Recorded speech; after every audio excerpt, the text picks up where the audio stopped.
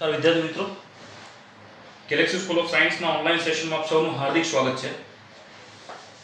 આજના આપણા લેક્ચરમાં આપણે ચેપ્ટર 1 અને ચેપ્ટર 2 માં પોસિબલી કરવાના છે revision.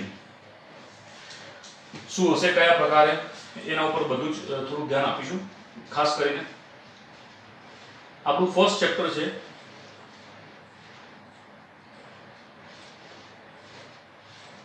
Electric charge and electric field.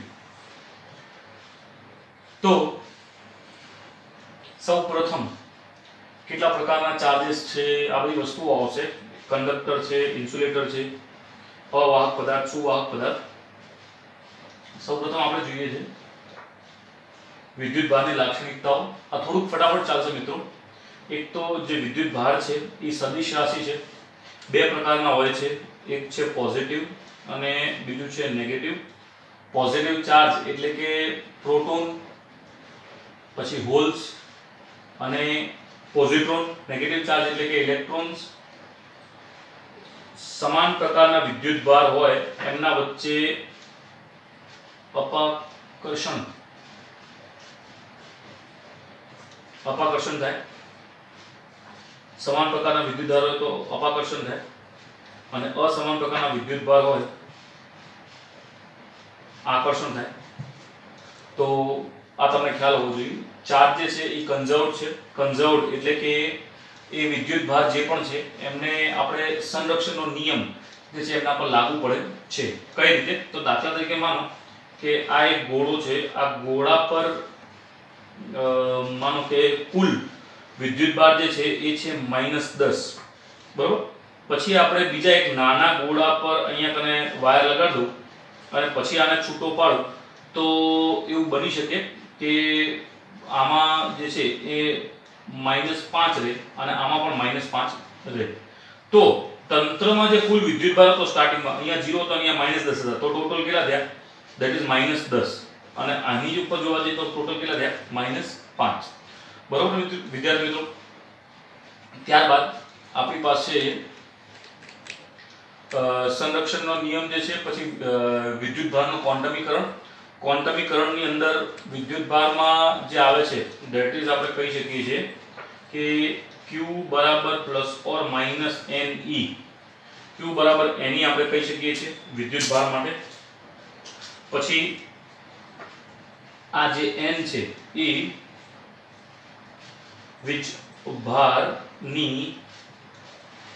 संख्या अने ई नी किंमत तो 1.6 गुणिया 10 नी -19 कूलम। कूलम छे विद्युत भार माटेनुं पारिमाणिक सूत्र थाय छे m0 l0 t1 a1। आ क्यांथी आव्युं? तो I बराबर q by t। तो q बराबर I into t। I नु एकम एम्पियर ने t नु t, तो a1 t1 थाय बराबर है। પછી વિદ્યુત ભાર જે છે એ એનું એ પ્રકારનું છે કે કોઈ પણ રેફરન્સ ફ્રેમ થી ઇન્ડિપેન્ડન્ટ છે અને એ કોઈ પણ સ્પીડ સાથે ડિપેન્ડ કરતું નથી બરોબર। બાકી આપણે આગળ વિદ્યુત ભારમાં જોઈશું।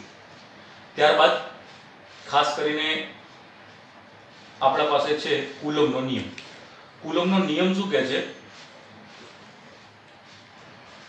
કે બે બિંદુ પર વિદ્યુત ભાર વચ્ચે લાગતું વિદ્યુત બળ, બે બિંદુ પર વિદ્યુત ભારો વચ્ચે લાગતું વિદ્યુત બળ તે તેમના મૂલ્યના ગુણાકારના સમપ્રમાણમાં અને તેમના અંતરના વર્ગના વ્યસ્ત પ્રમાણમાં હોય છે। ઇંગ્લિશમાં એવું કહી શકાય that the electric force exerting between two point charges is directly proportional to the product of the charges and inversely proportional to the square of distance between them। એટલે શું કહી શકાય કે F ચલે છે Q1 Q2 upon r2। આ ચલે છે ની સાઈન હટાવો તો F બરાબર K Q1 Q2 upon r2। આ K જે છે એ અચળાંક છે જેની કિંમત 8.9 ગુણ્યા 10 ની 9 જેને અંદાજિત રીતે 9 ગુણ્યા 10 ની 9 SI પદ્ધતિમાં લઈ શકાય। K k નું એકમ જે છે એ ન્યૂટન મીટર સ્ક્વેર પર કુલમ સ્ક્વેર થાય. દાખલા તરીકે એટલે આજે આપણે કોઈ પણ વાત કરી અહીંયા કને q1 છે, આ જગ્યાએ q2 છે, આ બંને વચ્ચેનું અંતર જે r છે, આ આકર્ષણ અથવા તો અપાકર્ષણ કોઈ પણ બળ લાગતું હોય તો આના દ્વારા લાગી શકે છે. આ એક પ્રકારનું સદિશ રૂપ છે અને આના વચ્ચે કોઈ પણ માધ્યમ નથી, પણ માનો કે માધ્યમ હોય. આ છે q1, આ છે q2 અને આને કોઈક એ પ્રકારના માધ્યમમાં મૂકવામાં આવે, બરોબર? તો શું કરવાનું? તો આ જે પણ કોઈ માધ્યમ પર નથી મૂકેલું તેના માટે k ની કિંમત જે છે એ થાય છે 1/4 પાઈ એપ્સિલોન નોટ. k બરાબર 1/4 પાઈ એપ્સિલોન નોટ થાય છે. એપ્સિલોન નોટ થાય છે એ માટે થઈને આ જે એપ્સિલોન નોટ છે એ છે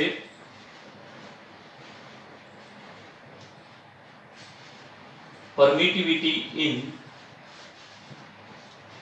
free space, એટલે શૂન્ય અવકાશમાં પરમિટિવિટી જેની કિંમત છે 8.85 ગુણ્યા 10 ની -12 SI પદ્ધતિમાં. તો આ કિંમત કઈ રીતે?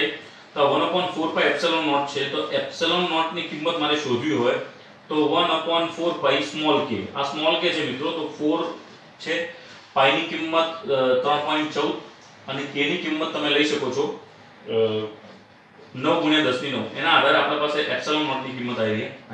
તો એમાં ખાસ કરીને મિત્રો કે આમાં જે આપણે જોવાનું છે તે એ રીતે છે કે આપણા પાસે આની અંદર જે છે એ માધ્યમ આપેલું છે.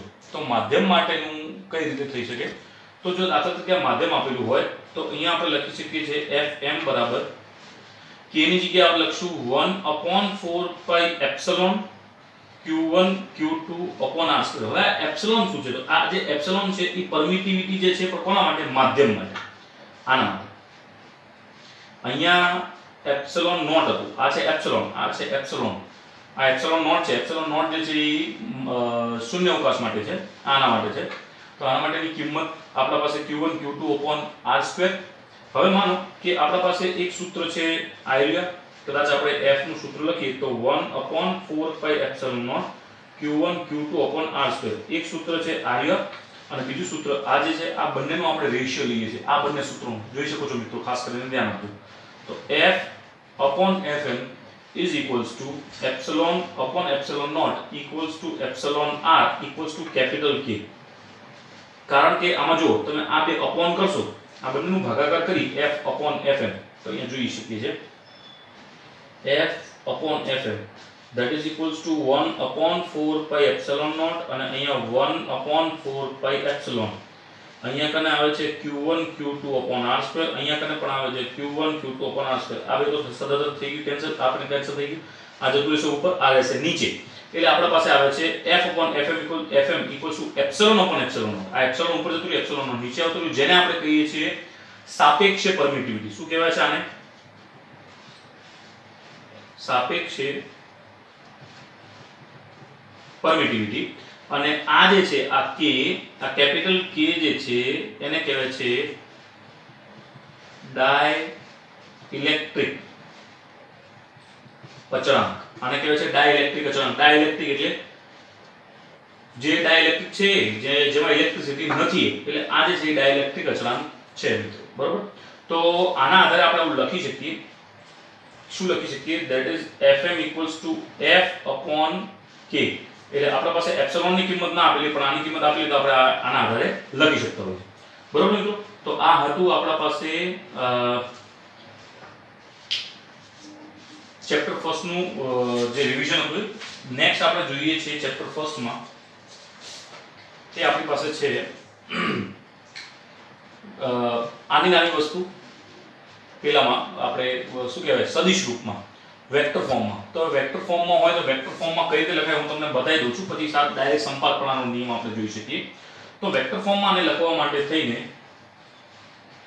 f is equals to, દાખલા તરીકે આપણા પાસે બે વિદ્યુતભાર છે, અહીંયા કને એક, અહીંયા કને બીજું, આ છે 1, આ છે 2. આ બંને વચ્ચેનું અંતર કંઈક, એટલે આને આપણે આમ લખી શકીએ કે આનાથી આ અંતર છે r1, આનાથી અંતર છે r2. અને આ બંને માટે આ બે બાજુ માનો કે બળ લાગતું હોય તો this is force acting on 1 due to 2 અને આમાં છે force acting on 2 due to 1. કોણ દૂર જાય કોણ નજીક આવે એ તમે જૂના લેક્ચર્સમાં જોઈ શકો છો, પણ અહીંયા તો આપણે ખાલી રિવિઝન પોર્શન પર છે. તો માનો કે આપણે F12 ની વાત કરીએ તો F12 માં આપણી પાસે આવશે k q1 q2 upon r12 એનો સ્ક્વેર અને મેગ્નીટ્યુડમાં r12 નું કેપ. r12 કેપ ને આપણે કઈ રીતે લખી શકીએ છીએ તો k q1 q2 upon r12 નો સ્ક્વેર, અહીંયા કને r12 ઇન વેક્ટર ફોર્મ, અહીંયા કને મેગ્નીટ્યુડમાં r12 આ બે મલ્ટીપ્લાય થઈ જાય એટલે k q1 q2 upon r12 in vector form, અહીંયા કને આવશે r12 ઇન ક્યુબ ફોર્મ. હવે મારે શું કરવું છે, મારે આની કિંમત r12 ની જો કિંમત મૂકવી હોય તો r12 ની કિંમત કઈ રીતે મૂકી શકું છું તો f12 in vector form equals to k q1 q2 upon r1 minus r2 whole magnitude, અહીંયા ક્યુબ થઈ જશે r12 vector minus r2 vector, આ ડાયરેક્શન થઈ જશે. તો આ સંપાતપણાના આધારે આપણે આ નિયમ થયો, આનો ઊંધો કરો તો આપણે આ જે છે ઈ ન્યૂટનના ત્રીજા નિયમને પણ લાગુ પડે છે. હવે સંપાતપણાના નિયમના આધારે જોવા જઈએ તો ખાસ કરીને હું તમને બીજી વાત કરું તો શું કહી શકાય કે દાખલા તરીકે આપણા પાસે F2 કરી શોધવાનું છે તો અહીંયા F કંઈક છે એના ઉપર શોધવાનું છે તો સિગ્મા આવશે અહીંયા ડાયરેક્ટ k q i પર ફોર્સ લાગતો હોય તો એટલે F i પર શોધતા હોય i તો j is equals to 1 j n સુધી i j is not equals to i, અહીંયા કને આવશે qj, અહીંયા કને આવશે ri minus rj whole cube અને અહીંયા કને મેગ્નીટ્યુડમાં આવશે ri minus rj. કદાચ આપણે i ને j ની કિંમત કદાચ ઊંધી લખી હોય તો તમે મિત્રો સમજી શકો છો, તેમાં કંઈ ટેન્શન લેવાની જરૂર નથી. રાઈટ મિત્રો? ત્યારબાદ આ તો સંપાતપણાનો નિયમ. ત્યારબાદ આપણા પાસે ખાસ કરીને મુખ્ય ટોપિક આવે છે ધેટ ઇઝ ઇલેક્ટ્રિક ફીલ્ડ, વિદ્યુત ક્ષેત્ર. તો ઇલેક્ટ્રિક ફીલ્ડ જે જોવાનું છે એમાં ખાસ કરીને કઈ રીતે જોઈશું આપણે તો ઇલેક્ટ્રિક ફીલ્ડ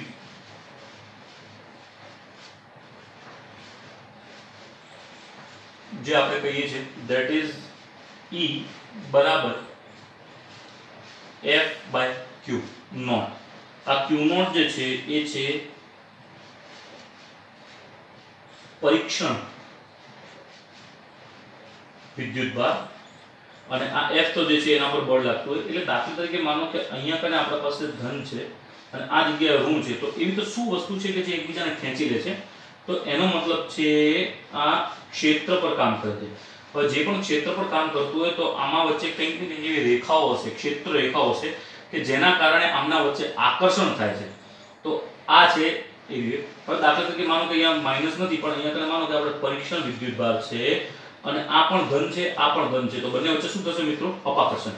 અપાકર્ષણ થાય એટલે આ થયું રેખીય અને આ દિશામાં ફેંકશે એટલે આ શું થાય છે કે આના પર બળ લાગે છે, એને કહેવાય છે વિદ્યુત ક્ષેત્ર. બરોબર?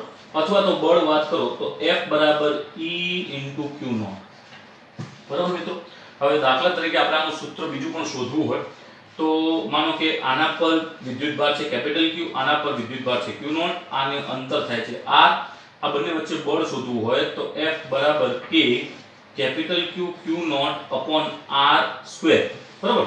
હવે આ જે F ની કિંમત છે આમાં મૂકી દઉં તો E બરાબર વેક્ટર ફોર્મ અને સાદા ફોર્મમાં લઈ K Q Q naught upon R square અને આ upon Q નોટ છે તો Q નોટ કેન્સલ તો E ની કિંમત શું આવી? K Q upon R square.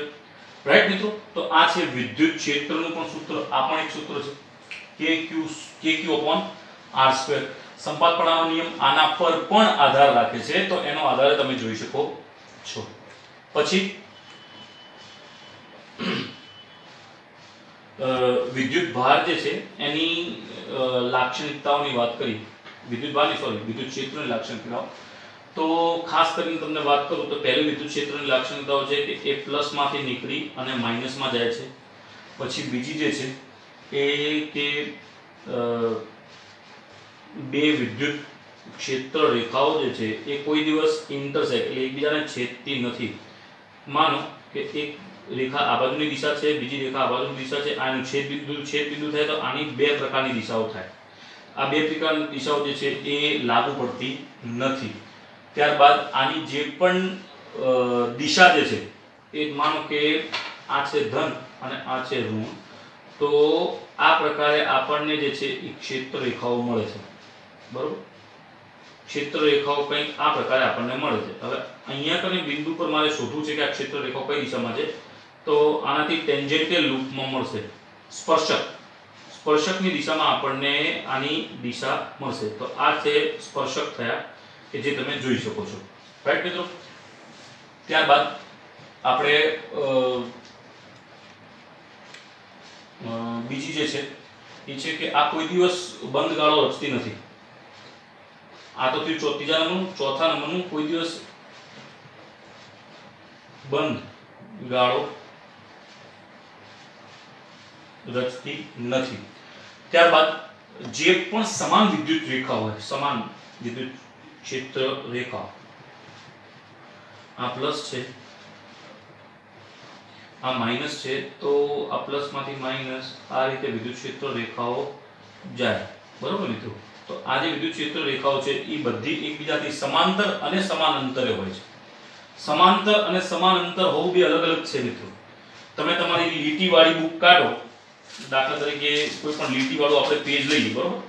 For example કે માનો કે આપણે આ લીટીવાળું પેજ લીધું, તો આ સમાન અંતર અને સમાંતર બંને છે, પણ એમાં માનો કે મેં આ રેખા બનાવી, પછી બીજી એક આ રેખા બનાવી, ત્રીજી આ રેખા બનાવી, ચોથી આ રેખા બનાવી, તો આ સમાન અંતર ના થાય. સમાન અંતર આને અથવા તો જે તમે લીટીવાળી જે મેં તમને વાત કરી આને જ કહેવાય. એટલે તમે તમારી જે આપણી લીટીવાળી જે બુક છે એમાં તમે અહીંયા વિચારી શકો કે આ ધન, અહીંયા ધન, અહીંયા ધન, આ ધન, આ ધન, આ ધન, રાઈટ. આ 6 છે, પછી અહીંયા 1 2 3 4 5 અને 6, એટલે આ તમે વિદ્યુત ભાર બનાવી દીધા પ્લસ અને માઈનસ, અને અહીંયા તમે બતાવી દીધી એની ક્ષેત્ર રેખાઓની દિશા. તો સમાન વિદ્યુત ક્ષેત્ર રેખાઓ છે. બરોબર મિત્રો. તો આ તો વિદ્યુત ક્ષેત્ર રેખાઓ અને તેની લાક્ષણિકતાઓ. ત્યારબાદ આપણી પાસે આવે છે અમુક ટોપિક્સ હતા જે જોયા હતા, એની ઉપર વાત કરીએ. ગુડ, સારા ટોપિક હતા, એના ઉપર આપણે થોડી ચર્ચા કરીએ છીએ. એ કયા ટોપિક હતા એ જ વાત કરી જોઈએ છે.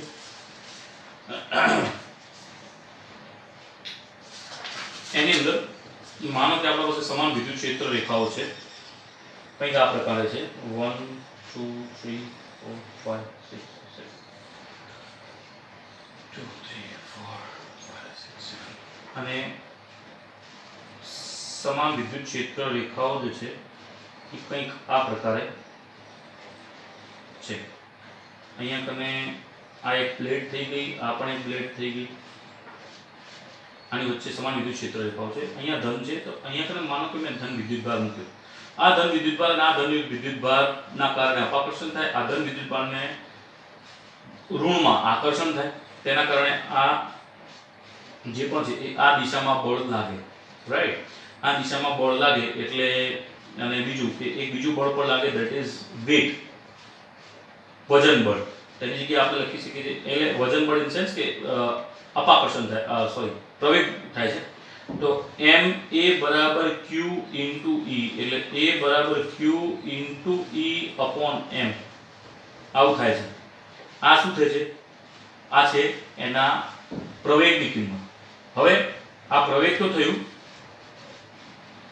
નેક્સ્ટ આપણે વાત કરીએ કે આ કેટલું અંતર કાપે છે. તે માનો કે આમાં અંતર જે છે એ h આપેલું છે, તો h અંતરના માટે થઈને આપણે એવું લખી શકીએ છીએ કે d બરાબર ut પ્લસ 1/2 at², જેમાં u ની કિંમત આપણે 0 લઈ શકીએ, d ની જગ્યાએ આપણે h લખી શકીએ, તો 1/2 at². તો અહીંયા કને આ a ની કિંમત મૂકી દો તો h બરાબર 1/2 q into e upon m into t². આ થયું. હવે આમાં t ની કિંમત શોધવી હોય તો t ને કરતા બનાવી દો, તો t² ને આપણે કરતા બનાવીએ તો 2mh upon q into e, એટલે t બરાબર વર્ગમૂળમાં 2mh upon q into e થાય. બીજું એક સૂત્ર આપણે લખી શકીએ છીએ કે v બરાબર u plus at, તો v ની કિંમત થાય Q E T upon m એટલે આ આપણને મળ્યું v કારણ કે u ની કિંમત તો 0 છે.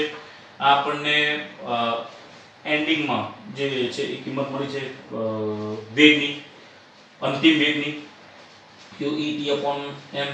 જો આપણે વિદ્યુત ગતિ ઊર્જા શોધવું હોય તો 1/2 mv², અહીંયા કને 1/2 mv² ની કિંમત મૂકો તો v² ને કરવું પડે, તો 1/2 m into v² એટલે q² e² t² upon m². એક એક m કેન્સલ થયા એટલે q² e² t² upon 2m. આ થઈ ગઈ ગતિ ઊર્જા. સ્થિતિ ઊર્જાની વાત કરો તો સ્થિતિ ઊર્જાનું સૂત્ર થાય છે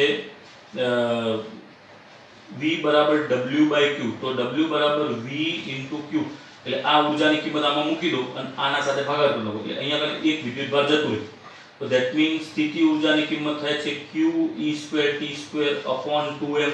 આ પણ એક સૂત્ર થાય. એટલે આ રીતે તમે બીજા બધા સૂત્રો મેળવી શકો છો. ત્યારબાદ આપણા પાસે એક કન્ડિશન હતી, ધેટ ઇઝ પેન્ડ્યુલમ વાળી કન્ડિશન. કે માનો કે અહીંયા કને આ બંને પેન્ડ્યુલમ પર વિદ્યુતભાર મૂકેલા છે. આ વિદ્યુતભાર જે પણ કોઈ મૂકેલા છે એની વાત કરીએ તો એની અંદર કેટલા પ્રકારના બળ લાગે છે. તો આ દિશામાં એ અપાકર્ષણ બળ લાગે છે, અહીંયા કને ટેન્શન બળ લાગે છે, અહીંયા આપણે થીટા બનાવેલા હોય, આનું અંતર જે છે x છે, અહીંયા કને અંતર જે છે l છે, નીચે જે છે એ mg બળ લાગે છે, અહીંયા t લાગે, આ થીટા લાગે. તો આ જગ્યાએ તમે અહીંયા બનાવી શકો છો t cos થીટા, અહીંયા પણ sin થીટા લાગે, આ જગ્યાએ બનાવી શકો છો t sin થીટા. તો આના આધારે તમારી પાસે ઘણી બધી વસ્તુઓ બને છે. That is t sin theta બરાબર f, t cos થીટા બરાબર mg. આ બંનેને ભાગાકાર કરો તો tan થીટા બરાબર f upon mg. અને આના આધારે તમે ઘણા બધા સૂત્રો મેળવી શકો છો. બરોબર છે મિત્રો? તો આ વિદ્યુત ક્ષેત્રના આધારે ઘણી બધી વસ્તુઓ હતી જેના ઉપર આપણે થોડુંક ધ્યાન આપ્યું. ત્યારબાદ આપણે વાત કરીએ છીએ વિદ્યુત ડાયપોલની. તો વિદ્યુત ડાયપોલ જે છે એ શું છે? વિદ્યુત ડાયપોલ, ડાયપોલ એટલે P બરાબર 2qa. ડાયપોલ એટલે એક માઈનસ ચાર્જ એક પ્લસ ચાર્જ, બંને વચ્ચે નિશ્ચિત અંતર. અહીંથી આનું અંતર માનો કે a થાય, અહીંથી આનું અંતર માનો કે a થાય, અને આ ડાયપોલ મોમેન્ટની દિશા જે છે એ માઈનસ થી પ્લસ તરફ હોય છે. તો આ ડાયપોલના આધારે આપણે ઘણી બધી વસ્તુઓની વાત કરીએ તો એક્સિસ પર આપણે એનું સૂત્ર જોતું હોય વિદ્યુત ક્ષેત્રનું, તો એક્સિસ પરનું આપણને જે સૂત્ર મળે છે તે છે 2kp upon x² minus a² whole square. અને જો if x is very greater than a હોય તો 2kp upon z³. આ રીતનું આપણને સૂત્ર મળે છે. નેક્સ્ટ ઇઝ અહીંયા z આવશે. નેક્સ્ટ ઇઝ ઇક્વેટર પર હોય એટલે એનાથી લંબ દિશામાં હોય તો E બરાબર minus kp upon y² plus y² minus a² raised to 3/2. અને એમાં પણ જો આ z y is very greater than હોય તો minus kp upon y³. આ રીતનું સૂત્ર મળે છે. આ કોના કારણે મળે છે, કઈ રીતે મળે છે એ તમને પેલા લાસ્ટ લેક્ચરમાં જોઈ શકો છો. અહીંયા તો આપણે સૂત્રોની જ વાત કરીએ છીએ. તો આના આધારે જોવા જઈએ તો અહીંયા કને આપણા પાસે જે વિદ્યુત ક્ષેત્ર આવે છે એ વિદ્યુત ક્ષેત્ર જે છે એ 1/r³ જેવું કંઈક આવે છે. ડાયપોલના કારણે જે વિદ્યુત ક્ષેત્ર મળતું હોય છે તેના માટે. બરોબર. ત્યારબાદ જો આપણે ડાયપોલને સમાન વિદ્યુત ક્ષેત્રમાં મૂકી દઈએ તો એમાં ટોર્ક લાગે છે. ટોર્ક બરાબર P ક્રોસ E એવું થતું હોય છે. P ક્રોસ E એટલે ટો બરાબર P E sin થીટા. આને ટાઉ ને ટો કહેવાય, રાઈટ? તો આ થયું P E sin theta. Okay મિત્રો. નેક્સ્ટ છે વિદ્યુત ભારનું વિતરણ. હવે આ જે વિદ્યુત ભારનું જે વિતરણ છે એની આપણે ખાસ વાત કરીએ તો વિદ્યુત ભારના વિતરણમાં આપણા પાસે ત્રણ પ્રકારે વિદ્યુત ભારના વિતરણ છે. એક છે લેમ્ડા, સિગ્મા અને રો. તો લેમ્ડા, સિગ્મા અને રો માં જોવા જઈએ તો આ થાય q/l, આ થાય q/a અને આ થાય q/v. આ ત્રણ પ્રકારના વિદ્યુત વિતરણ છે. વિદ્યુત ભારના વિતરણ જે તમે જોઈ શકો છો અને તમે જોયા પણ હશે મિત્રો. આના આધારે ઘણા બધા દાખલા છે તે પણ તમારે જોવાના છે. નેક્સ્ટ આપણે વાત કરી રહ્યા છીએ વિદ્યુત ફ્લક્સ. હવે વિદ્યુત ફ્લક્સ જે છે, વિદ્યુત ફ્લક્સ અને ગૌસનો નિયમ આ ત્રણેય બધા આપણે સાથે ચલાવશું. ઓકે મિત્રો, તો આ હતું આપણું આજનું લેક્ચર જે તમે અહીંયા સુધી જોયું. Thank you so much. ખાસ કરીને ટેસ્ટની તૈયારી કરજો, તમને ટેસ્ટના માટે સર દ્વારા મેસેજ આવી ગયો છે. Thank you.